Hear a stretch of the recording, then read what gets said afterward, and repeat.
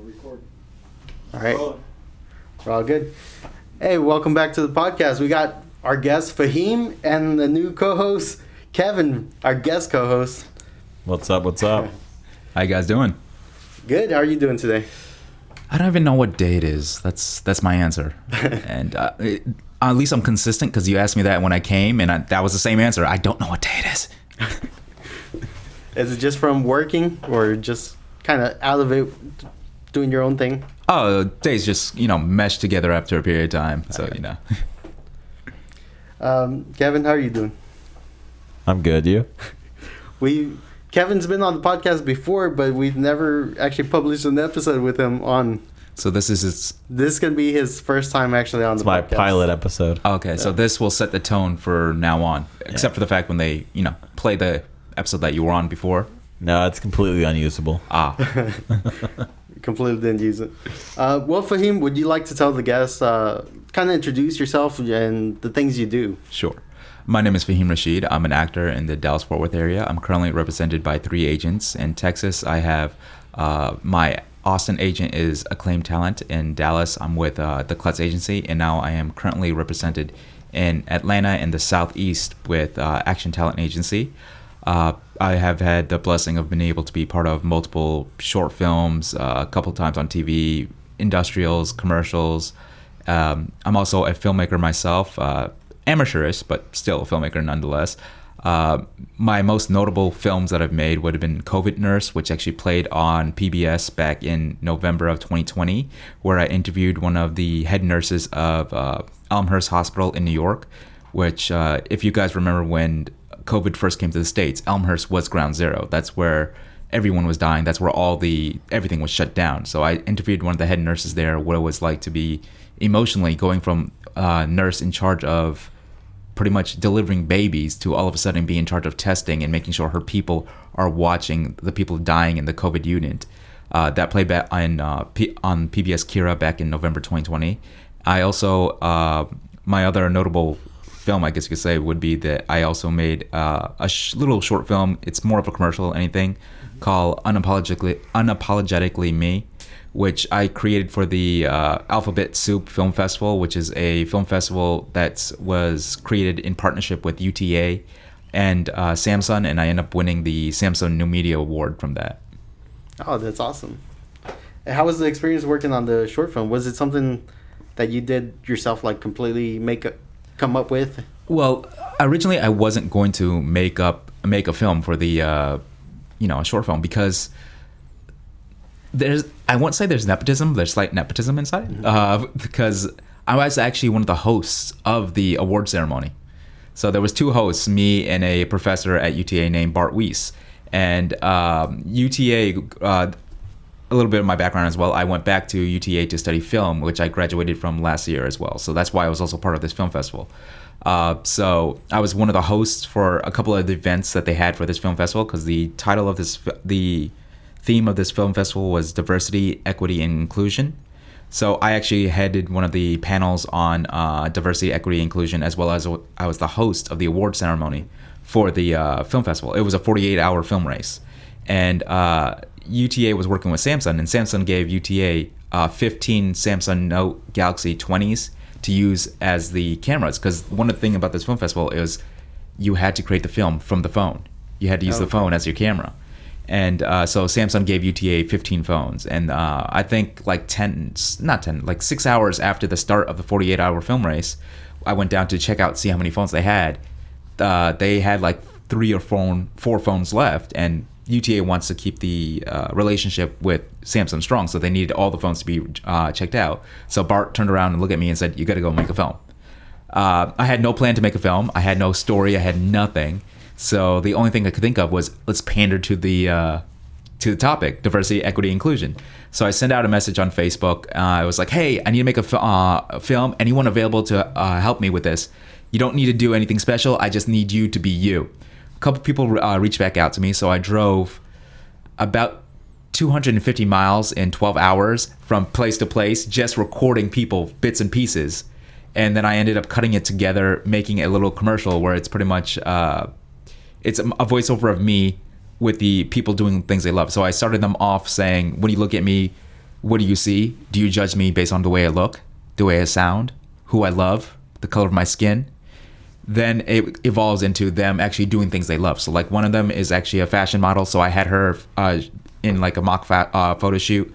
One of the guys is a fighter. So I had him hitting a speed bag. And the phone itself also has the ability to shoot in slow-mo. So some of his hits were in slow-mo. One of the girls is, she's a runner. So I had her run, as well as I did a slow-mo of her running over me. I randomly met 3 welders on the UTA campus. I was like, hey, let me record you guys welding. So I got some slow-mo of the sparks of them welding coming off in towards the camera. I got a girl that's a volleyball player. I got a guy that's a guitarist, and so on and so forth. So that's what I was doing, driving from person to person's place, recording them do stuff. A couple guys playing basketball, a couple guys playing video games. And I just cut together a minute and 40-second commercial. And I wasn't expecting to get anything from it, because I wasn't planning to make a film. There was no structure to this. I just threw it together as best as I could. I didn't go to sleep I did go to sleep. I got like 4 hours of sleep that night, and I threw it together, submitted it, didn't think anything of it. So then they were doing the awards, and there was 4 awards in the film festival. There was first, second, and third place, and then they had something known as the Samsung New Media Award, which is an award from Samsung itself, which is actually the big prize, because first, second, third place did get some cash prizes. I think the max amount was $500. But the Samsung New Media Award actually won the phone that was used to record the films with, which is a brand new $1,200 phone. Yeah, I ended up winning that. So I was hosting, and then my co-host says, and now the winner of the Samsung New Media Award is this guy, and he just points to me, and I was like, all right, I'll take it. That's actually pretty cool. Yeah. And where can people watch the video right now? Is it still up on their website, or I think I actually still have it up on my YouTube channel, although I don't really post anything on my YouTube channel. I just have a YouTube channel where I do some test shoots. Again, sometimes it's easiest. I'm also although I haven't done anything with them in a while, I'm the media coordinator for a non-for-profit called Cokie, Collective for Orphan Care and Education in Kenya. So what they do is they deal with orphans and people who are underserviced in Busia County, Kenya, which is like a giant state where they got nothing. So one of the projects that we were raising money for how did I get on this tangent? But pretty much use that YouTube channel to make test videos, send it to people, get approval, get any feedback on what they want to change, and I will make the changes there. Oh. So I don't really have so I don't use my YouTube channel other than test footage pretty much. Oh, okay, I got you. Yeah, and also my reels up there and stuff like things. Although I probably should just put up on my website as well. I'm too lazy for that. You don't link from like your YouTube to your website? Do you just upload straight to your website? My website is mostly for acting. Yeah. So if you go to it, it has the information for all my agents. It has my reel. It has my resume and stuff like that. But it's mainly my acting website. Mm-hmm. So I guess I probably should do a little bit more to tie in the filmmaking to it. Yeah. But hey, I don't have, according to my analytics, not a lot of people go to my website either way. So it's all good. I was like, I felt like it could help like get jobs if you're like, oh, also a filmmaker is like, because having an actor that's also like a filmmaker and vice versa, right? Yeah. That kind of helps understand each other's job. Yeah. Like I always feel like it's easier to work with people like that. Well, sometimes it could be annoying as well because you have experience with this. I can't shut up on set. Because when I'm on set now, I see things and it's just like, oh, that's going to be annoying in a post, or this could be done better. And it's just like, I have to speak up. Don't do it on big sets, but on independent sets where I know where it's kind of, everyone's struggling to do their best, I tend to speak a lot and try to, give input many times if it's not needed to. Actually, what's your experience with that? How annoying was I on your set? I didn't find it annoying, but yeah, I do remember. I didn't find it annoying, but yeah, it was annoying. He's laughing. No, I'm saying like it was annoying, but yes, I saw that you were doing that, like trying to get feedback or like help out. And I was like, sometimes we're already like in the middle of like trying to prepare what you're suggesting to do. And I was like, yeah, we're doing that. Yeah. I tried to, yeah, that's what we're doing. Yeah. Man, how many, I know you said you were like an AD. Have you been an AD on a lot of sets or? I do a little bit of everything. Yeah. I've done, I was a talent coordinator for a Walmart commercial. I've been behind the set and AD for a couple other short films. it's just I've done a little bit of everything. I have experience with everything, but mainly I'm an editor, director, filmmaker, myself, and actor. Those would be the three areas I guess you could say I specialize in. I'm actually my editing software of choice is DaVinci Resolve, and I've been using it for about 2-3 years, but I never went through their actual manuals they have. So now I have all 5 of their manuals, and I'm just going through it and decided why not get certified in it, because it's a free certification through DaVinci. So might as well go a little bit more in depth and actually get certified in it. Yeah, that'll be good. Yeah. You get certified, actually understand the program. Yeah. Like my big thing whenever I got started into film was like going into the classes. Sometimes I didn't take all the theory classes or all like the more academic class. I was like, let me get the technical stuff. Yeah. Because I was like, I don't know if I'd be able to keep going to school or even like afford all of it. Yeah. So I was like, I'll just go straight to the technical classes, make sure I learn how to use the equipment, how to use like software, get access to it. And so that's what I ended up doing, just going through that. And I was like, oh, the theory stuff or the creative stuff that could be learned on your own. I was like, I could learn that on my own. Yeah. Yeah, no. And in my case, I'm actually very similar. I'm a little gung-ho.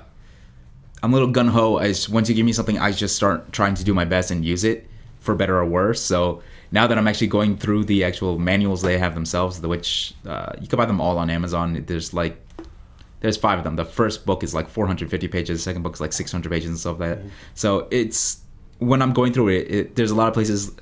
90% of the first book so far is review. I've known these, but like 10% of the time I'm going through something and it's just like, I wish I knew about this 2 years ago.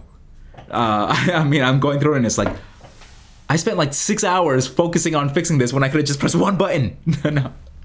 That's the only thing I took away from school was that once you get into technical classes, at least you figure out how to use these programs. Yeah. Like, gives you a basis to start off. Yeah. Because sometimes you go through it, you can learn everything like online, but it's so like fractured that you're just learning things that you probably should know first before you learn this.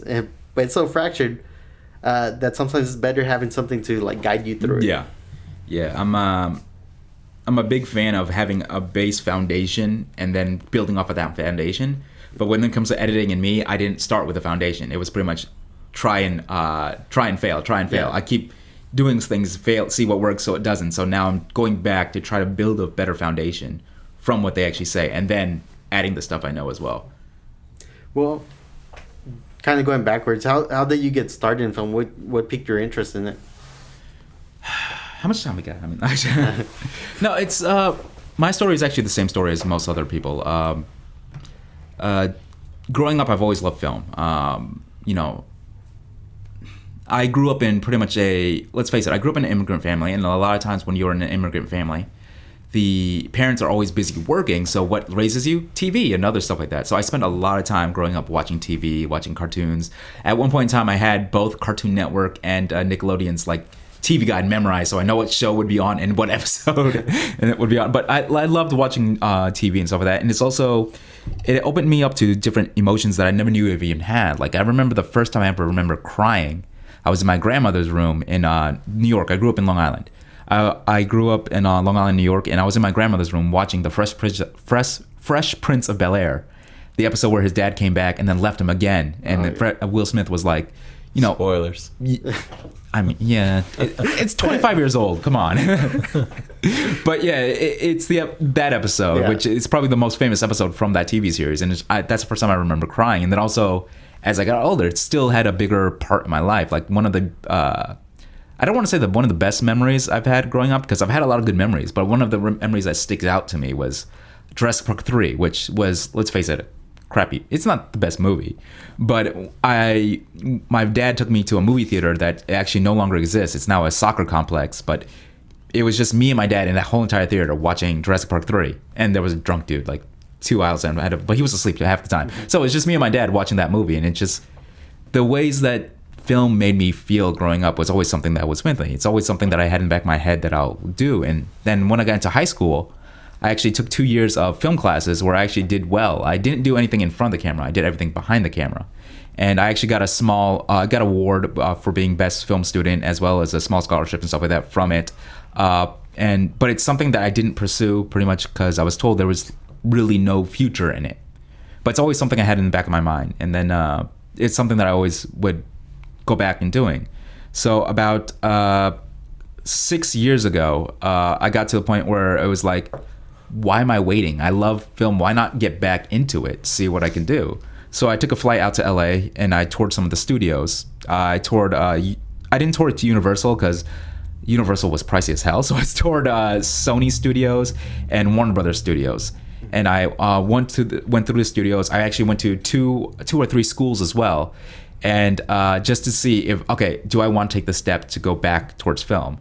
And at that time too, I had to make the decision. Do I want to try to step in front of the camera this time? Or do I want to go back behind the camera again? And I was still young, so I was like, let me try going in front of the camera this time.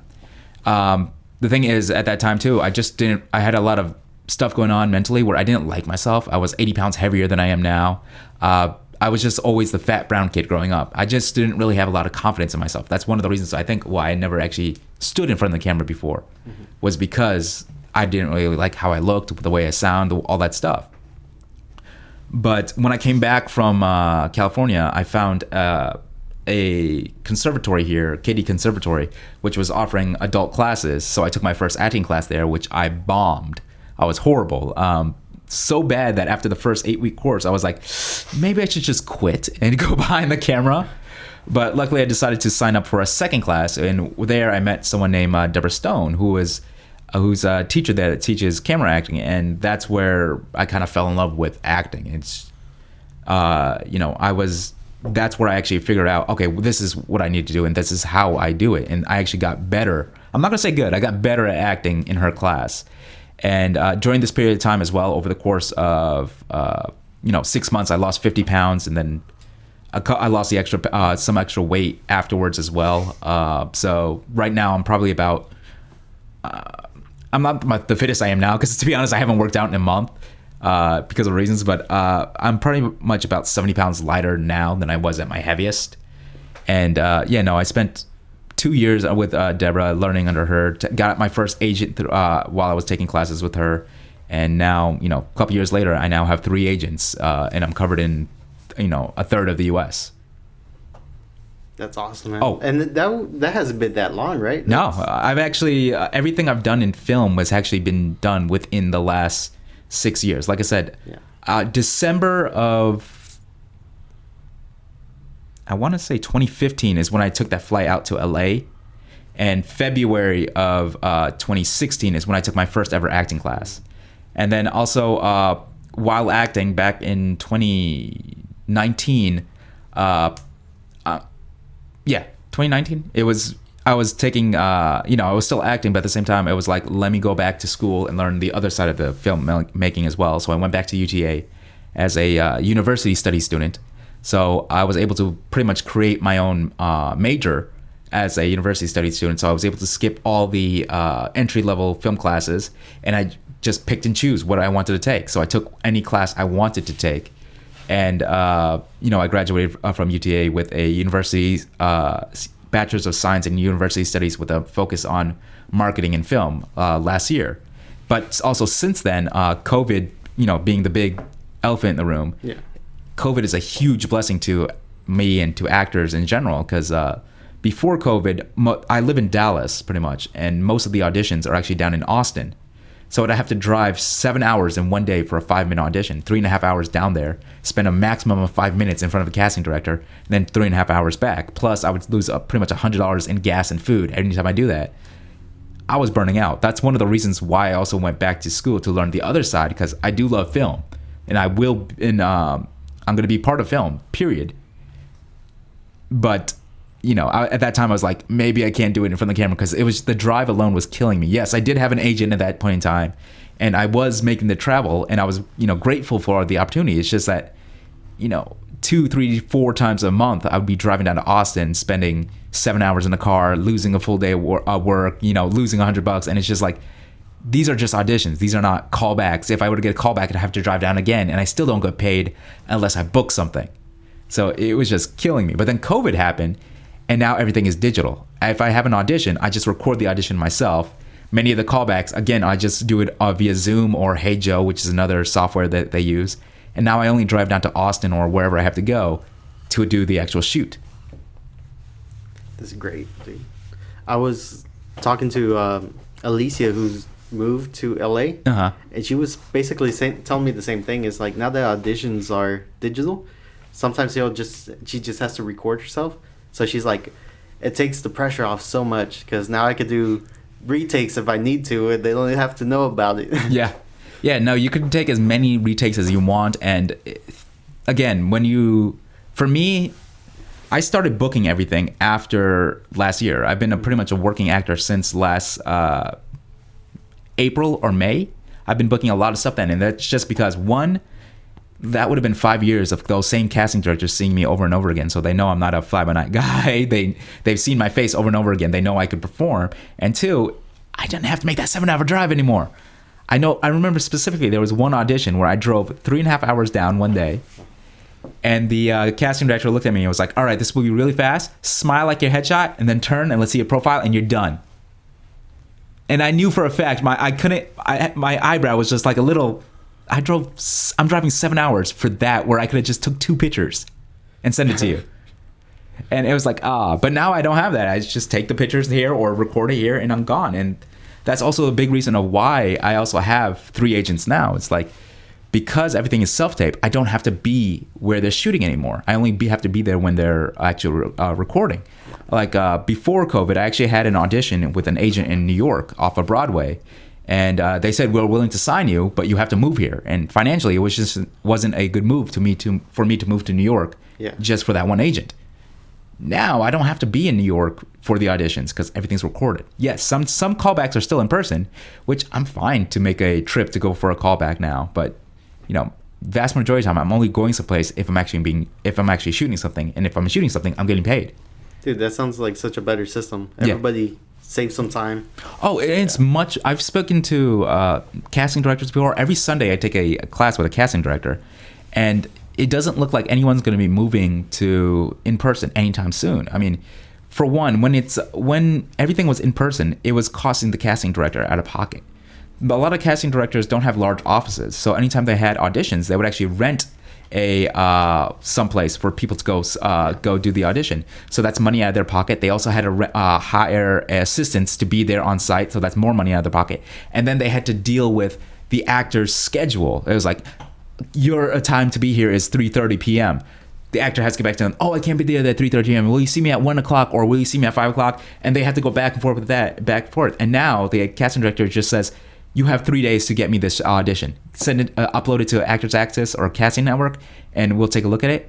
Beyond that, too, sometimes when a actor starts acting, or even as soon as they enter the room, they're not the right answer. But in-person auditions, you have to let them do the whole entire audition. So you're spending, the full 5 minutes with that person.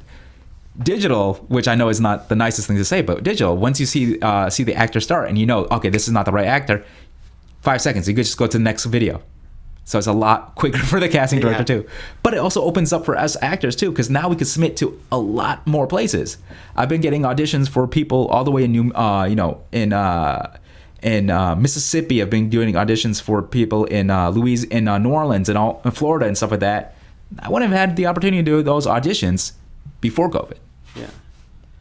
So it's much more broader, the range that you have, like, to get some work. Yeah. And that was like, I bet the projects are bigger too, or like bigger projects that would be locally to just Georgia or like LA or something. Yeah. Now you have access to all of it. I mean, of course, I'm not supposed to talk about things, so I'm not going to. But I've had the ability to audition for feature films, which are with studios that are like, damn, I can't believe I get to audition with this. I had auditions for pilots for TV series that are with studios, actual networks, and it's like, damn, I didn't know I could, all this stuff. And that wouldn't have happened if it was just Dallas, because let's face it, Texas is mostly Texas is a commercial and industrial market. Yeah. There's not that much film that actually shoots in Texas at this point in time. There's going to be more moving slowly. Like, for example, right now, the only things that are shooting here are Love and Death, which is an HBO series about the killing in Waco. Mo Ahmed actually just finished his Netflix series down in Houston, so that's done. why 1883 just finished this season, which is the prequel to Yellowstone. They shoot here. The Chosen shoots in between Capernaum Studios, which is west of Fort Worth, and a place in Utah as well. So that shoots here, and they're about to start shooting season 3 soon. What else? What else shoots here? Fear of the Walking Dead is shoots here, but I also heard that they may be leaving soon as well. Robert Rodriguez has Twisted Root Studios down in Austin, which they're about to start shooting Spy Kids 4, I think next month or the month afterwards. Is it 5? Is it 5? Whatever, the new Spy Kids. The new Spy Kids. I think they're rebooting it, actually. Yeah, so he's about to start shooting that next month or the month afterwards. Other than that, there's Vindication, which is a streaming series. Washington Armor just finished as well. And that's literally all that's shooting in Texas at that I could think of at this point in time. So if you don't fit in any of those, which let's face it, a lot of them I don't fit in. I don't belong in 1960s Texas. I'm brown. I'm Indian. If for those that are just listening, I guess you could say I'm of Indian descent. I don't belong in 1883 Texas either. So it's just like I could see you there. yeah. And unless I play a Native American, I don't belong in Washington's time either. So it's like, yeah. Yeah, some of those are specific types, right? Yeah. Right now, I don't know too much about like the things shooting in Texas. I just know that there's a few indie directors that like working out here, and Robert Rodriguez is probably like the biggest one. Yeah, but there is a lot moving down here as well. Like if you Google, you could Google it as well. HBO signed a lease for a 100 and something square foot facility down in Austin, as well as Netflix signed a lease for a 20,000 square foot facility down in Austin as well. But one of them also just purchased 800 acres in the outskirts of Austin as well to build a studio. So it's like, okay, that's big. One of them are moving down here as well. Mm-hmm. And there's also another independent studio that just opened off of Lake Louisville as well that also has almost 800 acres. And it's just like, oh, that's a lot of land that they could do stuff. So especially because Texas was one of the first places to open back up for shooting after the COVID shutdowns. Yeah, there's a lot of places that are looking at Texas now, but the biggest thing holding Texas back is the film incentives. We still don't have the best film incentives, which don't get me wrong, the SAG as well as the Film Commission is working on getting more incentives, but right now we just don't have the best incentives. Well, I know for indie productions, one of the biggest benefits was that they could choose to not work with unions. Yes. Which honestly, just to keep budgets low, but I know a lot of big productions would still use the unions anyways. Yeah. You don't have to go union unless you need talent that are union. Yeah. So, so that's the thing is that if you're using somebody who's already part of the union, you have to like meet the union rates. Yeah, and that comes with a whole host of costs now, especially now with all the COVID compliance. I was actually just part of a independent film where I just played a day player role, but they were going to go. They were going to be SAG, but they had to drop it last moment just because they couldn't afford the COVID compliance. If they had to pay for the COVID compliance with all the testing and all this stuff they have to do, they wouldn't have enough money to make the film. So they dropped it. So now they're non-union.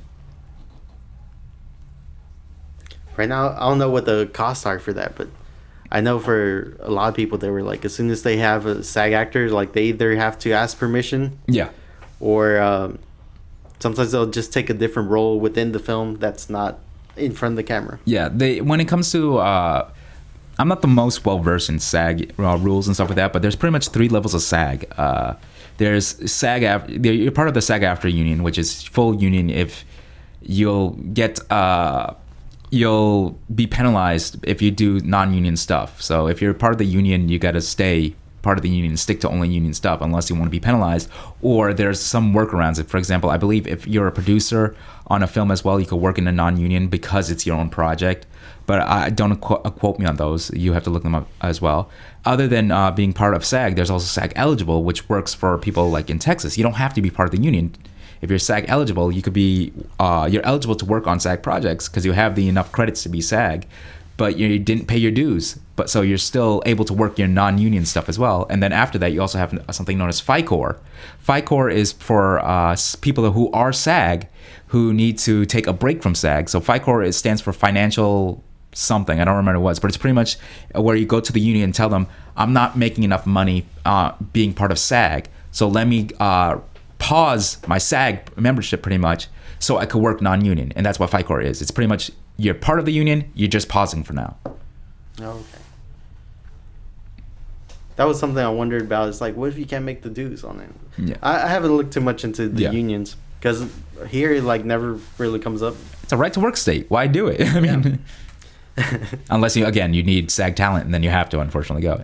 Recently, I've been like reading some like different books. I was reading like the George Lucas book recently, and that one, like he talks about Coppola a lot since they basically came up together. Yeah. But they were like big into like the independent stuff because they're like, oh, we do not want to be part of the studio system, and they were coming up at a time where probably like the first like independent movies were coming out. Easy Rider. Yeah. Was the one that helped like Coppola leverage his deal with Warner Brothers. Yeah. Because I guess he had a couple projects with them. He did one movie with them that was still in post-production around the time Easy Rider came out, and then he used Easy Rider to leverage himself a deal and also brought like George Lucas in, and they signed the seven picture deal. Nice. So Kevin, you've been silent the whole time. Let's hear about you. We have some questions for you. Actually, this is actually still our first interview with you as well. So I mean, who is Kevin? I'm nobody. I actually wanted to ask you about acting. Go ahead. You said that's your passion, right? Yeah. What's your favorite performance that you've seen? That I've seen or that I've done? Let me ask that. I'd say seen. Seen. Okay. Shoot, that's a hard one. To be honest, the ones that I'm gonna go a little non-traditional, I guess you could say. Anytime there's a performance that really affects someone, it's because there's a reason for that, and there's multiple amazing actors like, Leonardo DiCaprio is amazing. I mean, Tom Hanks is amazing. You got Denzel Washington. They're all amazing, and there's a reason they're that amazing. But some of the performances that affect me the most are just something that actually affects me for a certain reason, and sometimes it's just hard to say what those reasons are. And one actor that I really love, who when you say his name, you're just like, he's not that great of an actor, but then you think about it, he's an amazing director and actor. It's Ben Stiller. Ben Stiller is an amazing actor and director. I mean, like two of my favorite movies were directed by him, Tropic Thunder and Secret Life of Walter Mitty. And in that movie, Secret Life of Walter Mitty, it's pretty much a performance of a man who didn't deal with traumas from his life because he had to live his life and be the man to help his family survive, is now, years later, finally dealing with that as well as learning to live his life and not just be a guy in the background and live in his own head. And there's just something about that movie that it's always draws me to it, his performance in that, and also the fact that the movie is just beautiful. So I would definitely agree with that. Yeah. It's a very underrated film. Yeah, I love that thing. And I love him as a not only actor but as a director. I mean, that was a movie I really loved when I saw it too. Yeah. For some reason before it came out, I got an advanced screening. Nice. So I got to see it. And as soon as I saw it, I was like, "Oh man, this is amazing!" And at the end credits, it's like Ben Stiller directed. I was like, "Wow!" What affected you the most from that movie? I think just his whole character journey, because it's very, very well written. It's like it's impactful the way because it's very emotional. Yeah, and it's emotional just. What makes it emotional to you? Because usually when something isn't emotional, it's because it hits a chord within you. What would you say for both of you was struck? I would say it's him actually getting out of his own shell and like kind of just starting to really live his life rather than just imagining these scenarios, because he's always like daydreaming. It's like he daydreams the whole movie. Throughout the whole movie, yeah, until he actually starts going on these, like living his life and actually being present and learning to be present. Yeah. What about you, Kevin? Any specific moment? I'd say probably the same thing that George said. Yeah. Just Yeah. I'm glad you didn't say my favorite two Ben Stiller movies are like Zoolander 2 and No, I do love the first Zoolander. The first Zoolander. Okay, I love Ben Stiller, but I don't know who wrote the script for the second one. It's just like what made the first one so amazing was Gone in the second one. Yeah, what made the first one amazing was because Ben Stiller was the crazy person living in a normal world. All of a sudden, for some reason, the second movie, everyone was crazy except for Zoolander. It was like, what? What happened to the guy that took a bath in gasoline? Like, what? There's several sequels that went out of out of control. Yeah. I was gonna say I've been watching Severance. Have you seen it? I actually haven't seen it yet. You haven't no. seen it yet? No. Oh, that one's pretty good too. It's I don't want to say too much about it, but I like the series. Yeah. I thought it was gonna be like when it first started coming out. I thought it said it was a limited series. Okay. But it ends with the to be continued. Nice. And I was like, oh man. It's a pleasant surprise. I mean, Which I wouldn't mind more of it. It's a good show. yeah. I know a couple of people were talking about it, but that's probably that one and Ted Lasso have been like the stuff I've been watching like on Apple TV. Yeah. Unfortunately, I don't have Apple, so I haven't seen it. No. I think it's worth getting just for Ted Lasso. I've heard a lot of good things about that, and it's just there's so many streaming sites, and it's just like, come on, how much are you going to make me pay for? Yeah, and I know Netflix is just seeing the effects of it. Yes, they are now losing a lot of money. They're still number one when it comes to amount of subscribers, but it's just funny. I mean, yeah, I think they just stopped a bunch of productions or they reworked productions. Like, No, they canceled a bunch of stuff. yeah, no, but they did rework some things because they canceled them from being television series to now just make a movie out of it. yeah. Well, let's face it, their quality has dropped quite a bit. What sold them initially was because of the fact that you could get all the quality. They were the first. Everything from Disney was on there. You could put it on. You have all the stuff from Disney. You got all the Marvel stuff. Yeah, they had more range before. Yeah, they had The Office on there, but now Disney Plus comes and take all the Disney and Marvel. Peacock opens, and now we took The Office and everything they got.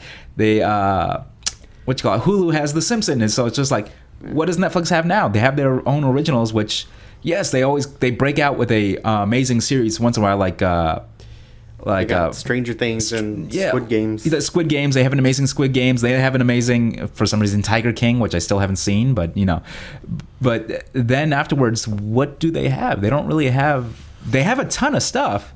It's just that It's a mishmash. I think the only market they had that you don't really see a lot of was the rom-coms.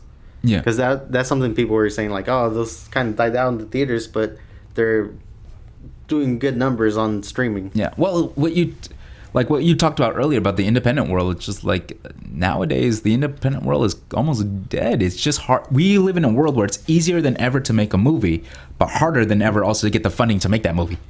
So it's like there's money everywhere, but all the movies now are being made for like less than 15 million, and then there's nothing in between 15 million and 100 million, and then everything is just giant after that.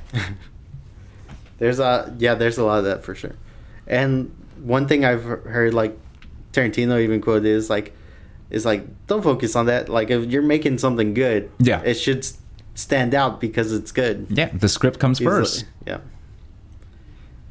I don't know who are like people other than Ben Stiller. Who was the other one you said you admired? If we were to talk about like amazing actors and directors, we could go on forever. I mean, like when it comes to actors, not Vin Diesel. Vin Diesel. Wow. Although I will say, I used to not make fun of Vin Diesel, but I used to have a low opinion of him until I heard his story, and it's just like, I'm an asshole for doing that. He's just he may be an asshole now, but initially he was just another guy trying to make it like we are right now too. I mean, he was a bodyguard, not a bodyguard, but a bouncer in Chicago, right?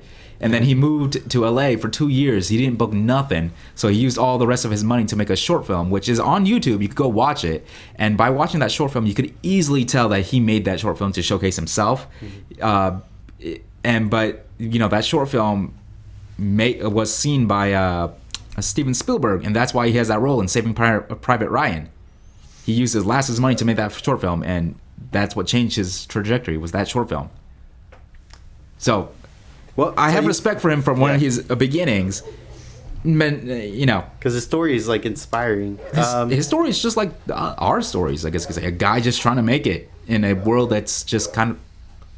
It's literally dog eat dog. Yeah. Plus, he's done some good movies. You know, Pacifier, Triple X, Last Witch Hunter. I mean, he's been a really good businessman too. Yeah. Like he took control of most of his movies. Yeah, I'm just kidding. Yeah, I'm no. saying his worst movies. No, yeah, no. You forgot Riddick. No, I like it. He's like, I like really. I haven't say seen that. Chronicles of Riddick in years, so I don't remember it. I just remember the eyes. Well, Chronicles is not that good, but the Riddick was good. There's a Pitch Black, There's more? Chronicles of Riddick, and then Riddick, right? Yeah. There's 3 of them? Yeah. I didn't even know First one's called that. Pitch Black. Soon to be 4 and 5. What? Yeah. He owns the rights to the character now. Like he bought them before he made the third one. Interesting. It's why he cameoed in Tokyo in Fast and the Furious 3 Tokyo Drift. He did the cameo as a favor to Universal so he could get the rights back to Chronicles of Riddick. Interesting. That's a smart move by him, but I didn't even know there was more than one Riddick. Yeah, there's 3 of them. Then there's the video game, like which he was involved in too. Yeah. And like I think the same studio that made that video game made the new Fast and Furious, Uh-huh. which he was involved in. Like got the whole cast in, but he was like behind producing the game. Nice. So I was like, oh, he's also into video Yeah. games. There's like some odd stuff you normally don't think of when you think of certain actors, but once you hear their story, you're like, Yeah. oh, it. Sometimes it's like really inspiring. Yeah. For the most part, we're all just people. Yeah. You know, except for Angelina Jolie, we're all just people. I mean, Angelina Jolie. I can't even say her name. No. What's the last movie you saw in the theater? The last movie I saw in the theater was I maybe missed saying the name, but it was Everything and Anything All at the Same Time. No, everything It's pretty everywhere close. all It's at close. once. Yeah. Oh, yeah. That's what it is. Yeah, that's the name. That's what I saw too. So ignore the fact that I can't remember the name, but I love the movie itself. The movie itself was really good. Yeah, and do you know how many people were on the effects team? No, I can't even imagine how many people were on there. Just 5. 5? 5 people. 5 And- people made all those dildos? Sorry. It's 5 people on the whole effects team, Oh, nice. including like the 2 directors, I think. Oh, dang. But they said since they made the movie during COVID, they had so much free time, so they Yeah. work on it constantly throughout the year. That movie had so much stuff going on at the same time, but it's also surprising because a lot of the effects was practical. So it's just like, it's not like this wasn't all in post where they were just trying out different effects. No, they had to plan some of those things out ahead of time and make sure everything was right. Like, for example, without saying spoilers, there's a certain couple sequences where the lights on the characters are all going different colors, and just like, oh, that could be easily done in post, but no, those were practical lights being Yeah, it's all changed. So practical. they had to make sure they knew exactly what they wanted to do, even with all that crazy stuff going on as well. They were using the Astera lights. I don't know if you've seen the Titan tubes. No. But they look just like the regular like tube lights you would see in Yeah. those fluorescent lights in Yeah. school or whatever. But they look like that, and you could control them to the Yeah. point where you can put a bunch of them together, and you can actually make images. Nice. Yeah. And so they use those for all the flickering and all the changing colors. So everything's practical, but it's like really planned out. Yeah.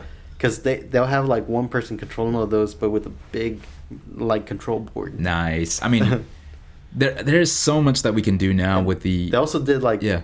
whenever she's going back like this, and it's just flashing to different universes or whatever. Yeah. It was the director who like for a long time had just been walking around with his little sports camera or whatever, or the DJI. Yeah. Like a little DJI, like that has the gimbal. Yeah. He'd just walk around and just film everything everywhere he was going.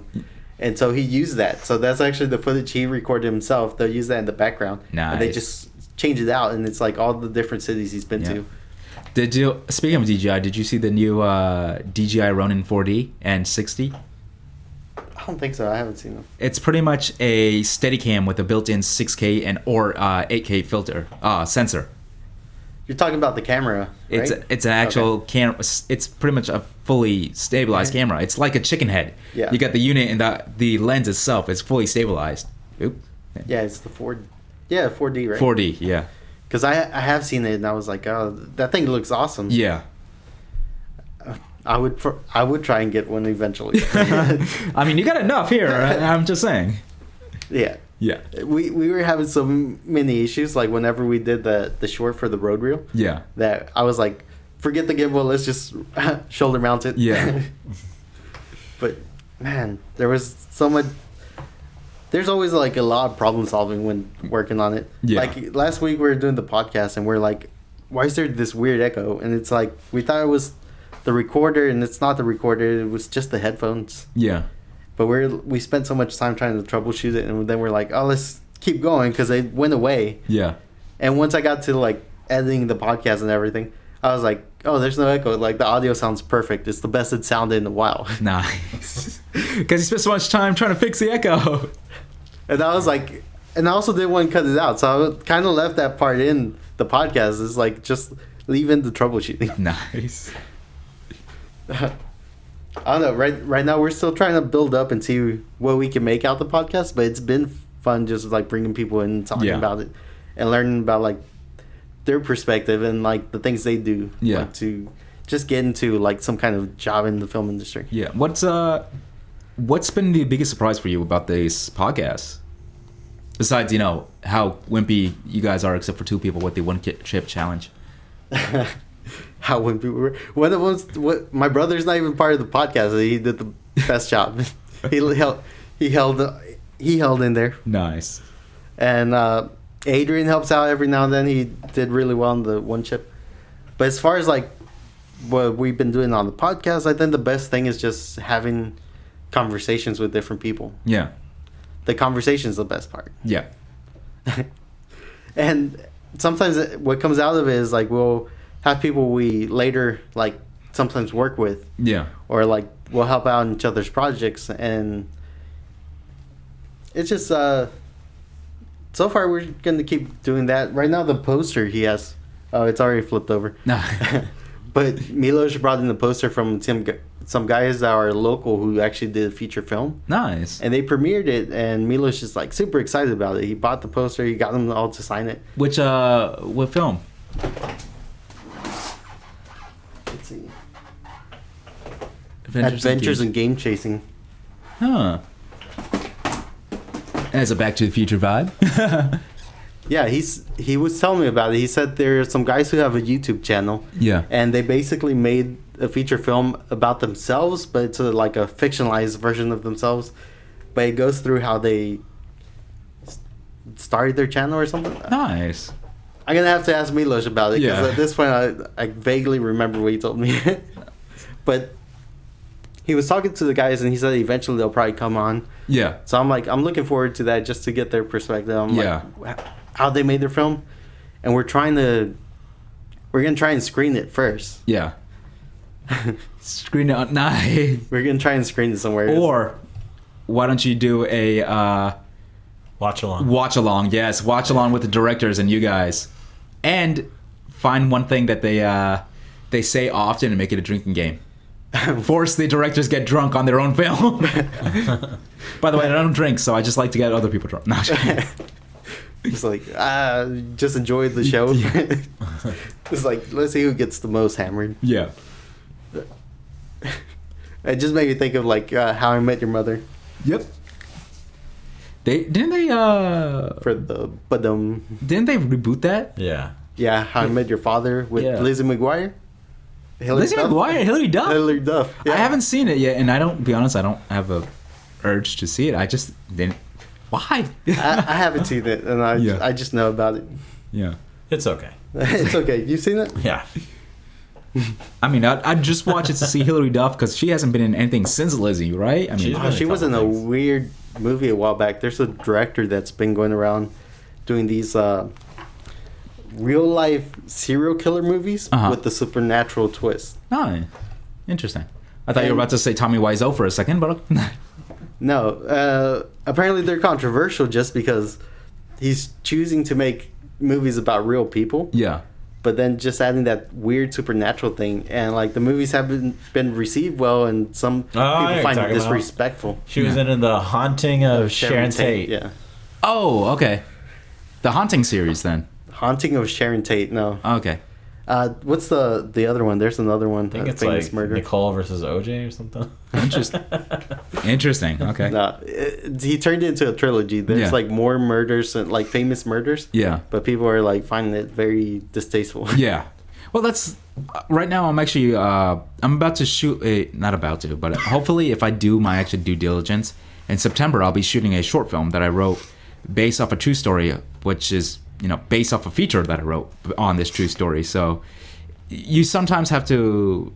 No, it's not supernatural. I don't go supernatural in it. I do follow the events that happen there, but at the same time, it's just like how do you balance honoring exactly what happened in the past, as well with honoring who these people are, with something that will also keep the audience engaged. Because let's face it, a lot of life is slow, and what we see in the movie is only 90 minutes. So you have to condense things and make things seem a lot faster. So something that would have took 6 months in real life is now only 6 days or something like that.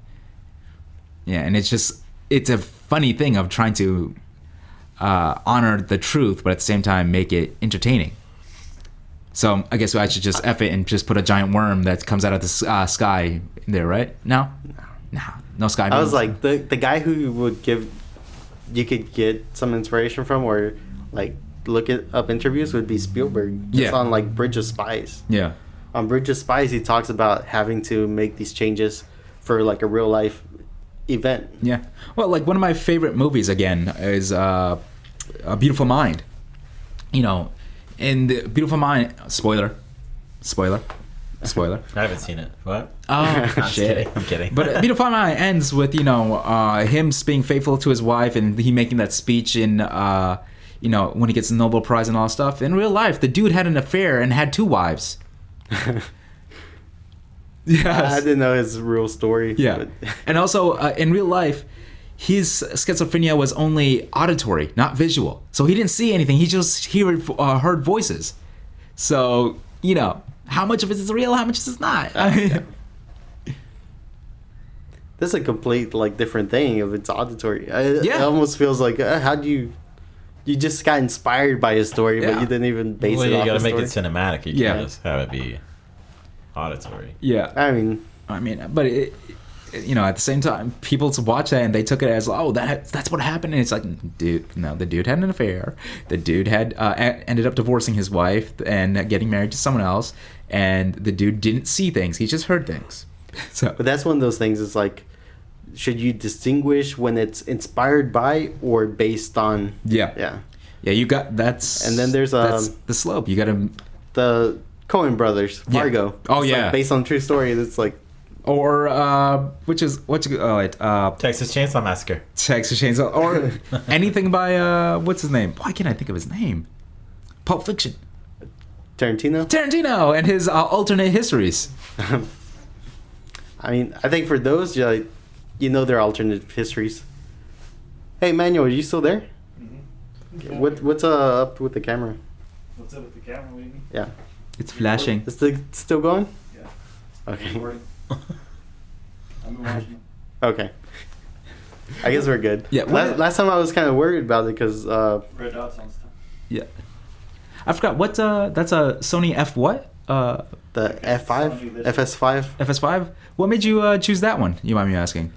At the time when they came out, it was probably like one of the first few cameras that was like actual cinema camera within that's affordable. Yeah.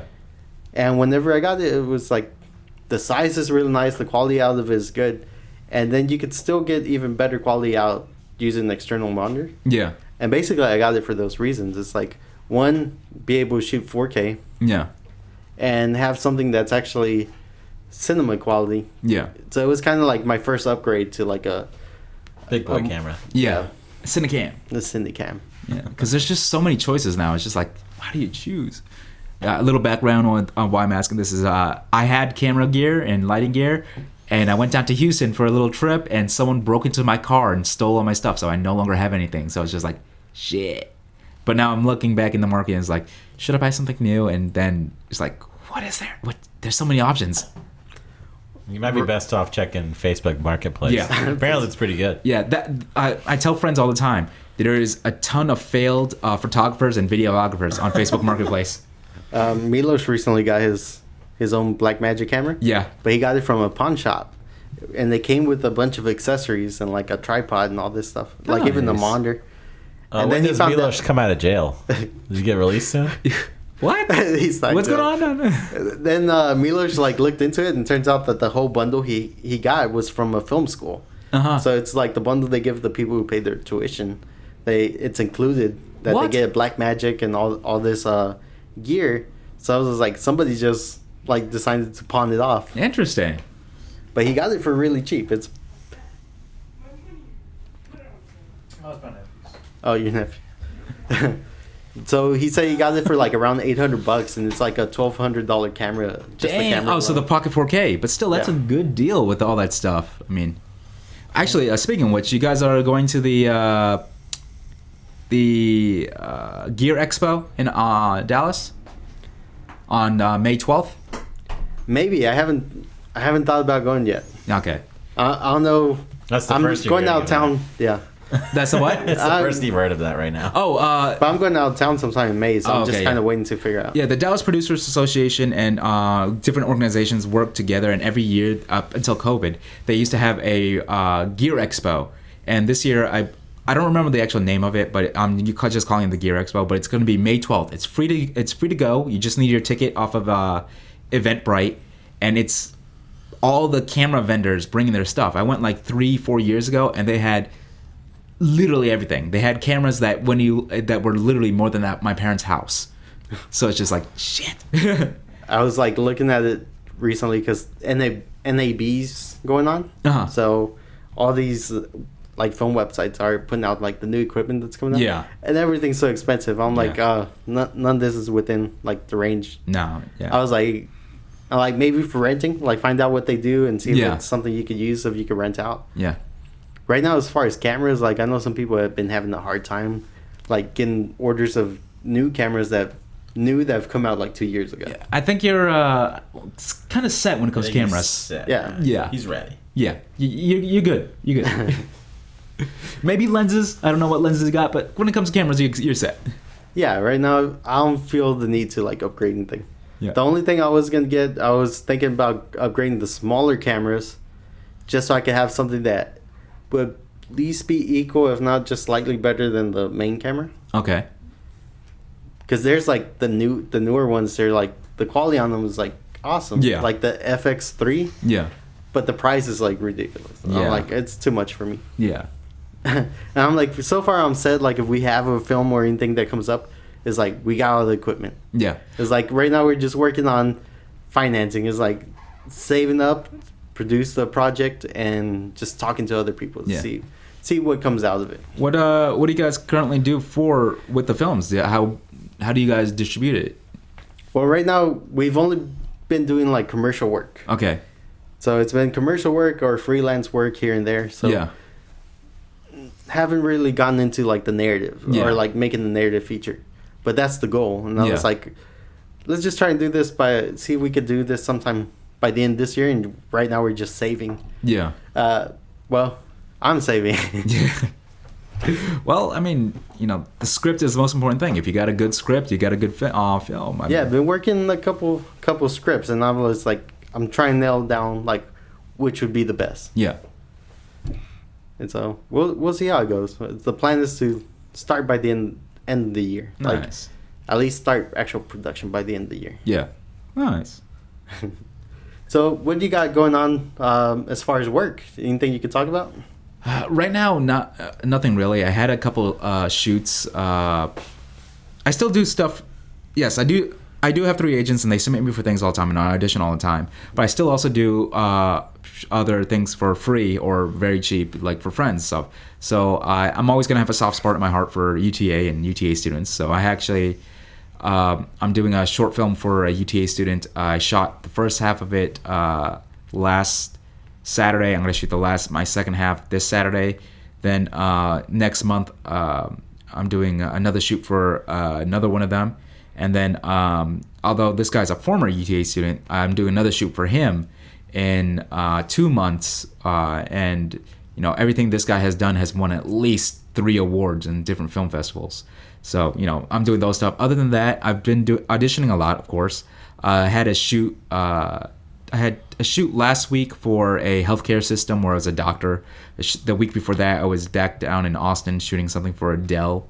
And I had a couple shoots like that. But right now I have nothing in the pipeline when it comes to acting wise. I will be actually starting to reach out to more agents in the New York and region, just because why not? But yeah, I already have, like I said, I have 3 agents. I'm happy with them, but at the same time, it's a game of numbers. The more you audition, the higher chance you have of booking, and as well, it's a game of relationships. When I was talking about earlier that, you know, these casting directors have been seeing me for 5 years, they know my work. That's actually something very important, especially now in the time of where they could get auditions from almost anywhere. Casting directors many times will go to the people they know first, just because they know they can trust their work. And you got to remember, everything is a business. If the casting director puts up material that's not good, they may not be hired again by this company, whoever's reaching out to them. So they will always go to the people that they know give good work first. And then if they can't find anything that works there, then they branch out to the other people. So I got to start building those relationships with casting directors in different locations. So hopefully when something comes along that I do fit for, and they will actually look at my stuff, because many times different productions are different ways and different casting directors work different ways. But when a casting director gets a role, and they will go through their list, send out the open casting call, agents will submit. They will send out an open casting call, agents will submit, and then a couple of times, depending on the type of role, they may reach out to specific actors that they know can do this well, and they will have them audition. And many times, you could again think of it as numbers. Like I'll use exact numbers for this. I was one of the guys that got married for a K Jewelers commercial last summer. I didn't really get married, but actually that summer I got married 3 different times to three different women, but commercial and industrial wise. But I was like, I was one of the couples that got married for a K Jewelers commercial, and we were one of I think there were 6 or 8 couples total that were chosen. The audition, there was probably hundreds, if not thousands, of people that submitted, and the callbacks, we know this for a fact because we asked the director, how many people did you see for the callbacks? She said there were 640 couples we went through for callbacks. That's 1,200 people that we beat out for one of the roles of 8 people. So think of those numbers. Yeah. They will go to the people that they know first, other than going through all that. And if they have a good amount of people, because they would send a couple dozen, if not, many times they will send more. It just depends on the director and the company as well. But many companies, many directors, many producers will just say, show me like the best 10 you got. And so they will pick those best 10 and send it up. And many times, if it's people that they know will give good work, they may push them through. And if the director doesn't like it, then they keep on going. Other casting directors will get a lot larger pool and give it to the director, because you gotta remember, the casting director does not make the choice. It's the director and the producer, the production makes the choice, but they're only going to give out the ones that do a good job because it's a reflection of them. I think this was one of the most insightful about like actors' work. Yeah. So this has been like the best conversation for. Well, I could keep on going if you want more. I mean, I think we're about to wrap up. We're already at that point. Nice. Would you like to plug any of your websites or social media? Where can people find you? You could find me on my website. You could just look up my name, Fahim Rashid. If you type into Google, my website should be one of the first things that pop up. If I don't pop up first, then it's stupid T-Pain, because my name is Fahim Rashid. T-Pain's real name is Fahim Rashid Najam. So I am currently the number 2 Fahim on IMDb. So I have to beat company. Yeah, I got to beat T-Pain. So that's my goal, is to beat the number 1 Fahim. Come up before T-Pain. Yeah. But yeah, if you just Google Fahim, that's Faheem, last name Rashid, Rashid. You put it in Google, you'll find my website, FahimRashid.com. You could also find me on Instagram at RealFahimR. You could also find me on Facebook just by Fahim Rashid, and that's pretty much it. I'm not on Twitter, I'm not on TikTok, so. We'll try to link as much as we can down in the description. Yeah. And thank you for coming on. My pleasure. Thank you for being on here, Kevin. Thank you, Manuel, for being on camera. And don't forget, We'll guys, catch to you there. sign that petition, freemulish.com. Let's go.